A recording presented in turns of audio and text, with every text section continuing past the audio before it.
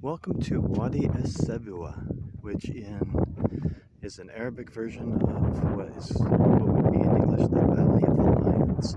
Why is it called the Valley of the Lions? Because at one point in time, all along this, there was a long row of sphinxes, all with, sorry, distracted.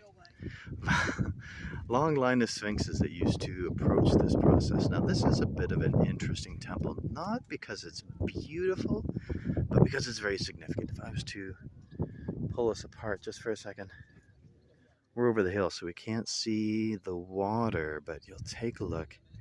This is quite a process, and this temple was placed, this particular one was done by Rameses the Second.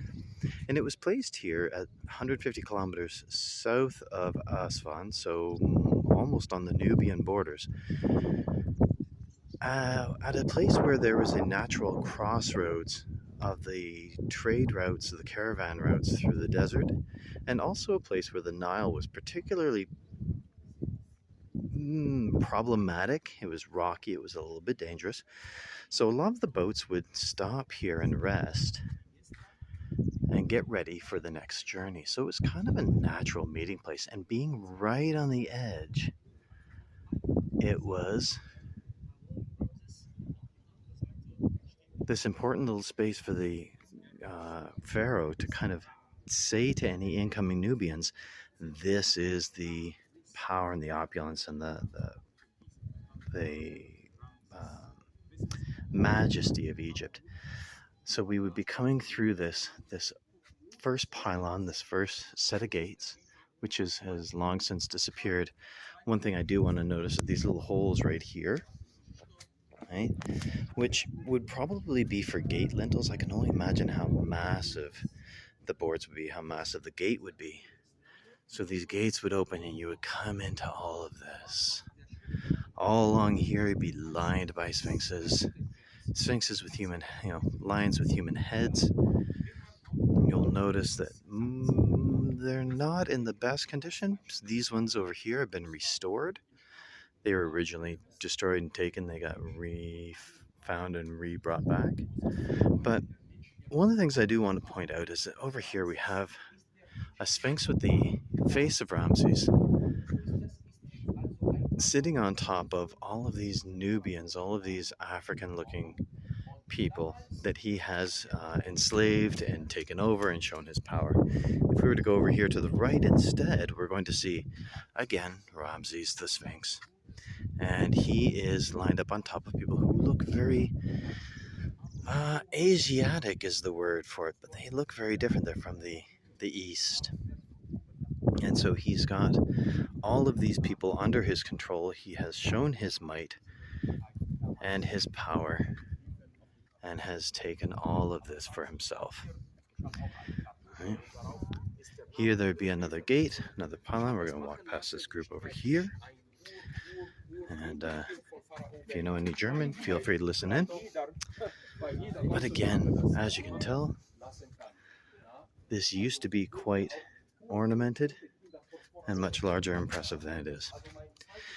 From there, we're going to get into our second courtyard, which has a set of 4 sphinxes, each of which has a little falcon-headed piece, again indicating sort of a Horus look, and underneath would be a statue of Ramses within the protection and the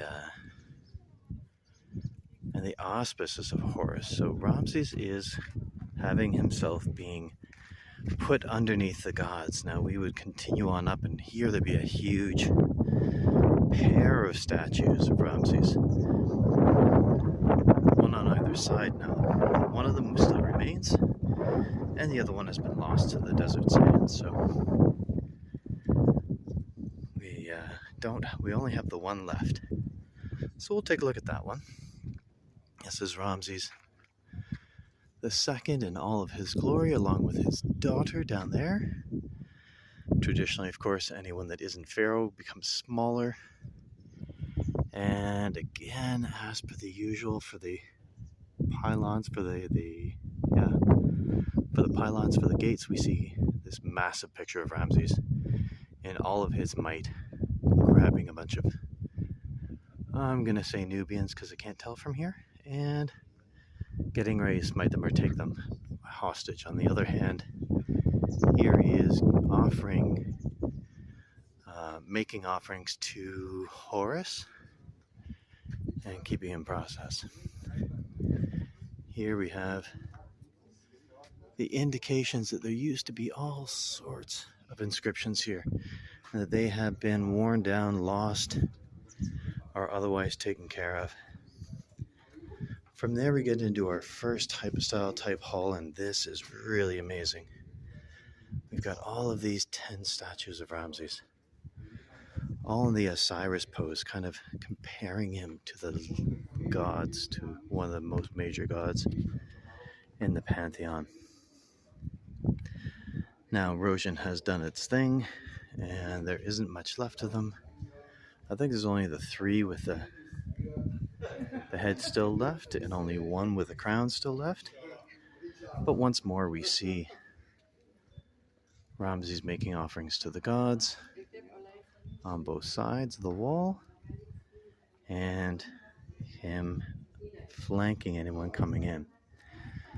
And we're going to head our way up towards the sanctuary, going past again our 2 little lions here, symbols of strength and protection that these people would be moving by as they go.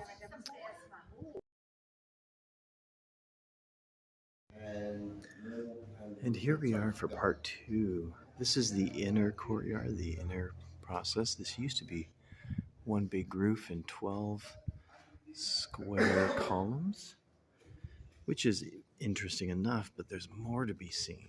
So let's take a quick look. Let's go for a wander, see what we can find. On our sides, of course, we have the Pharaoh making offerings to the gods. You'll notice the Pharaoh has disappeared, unfortunately.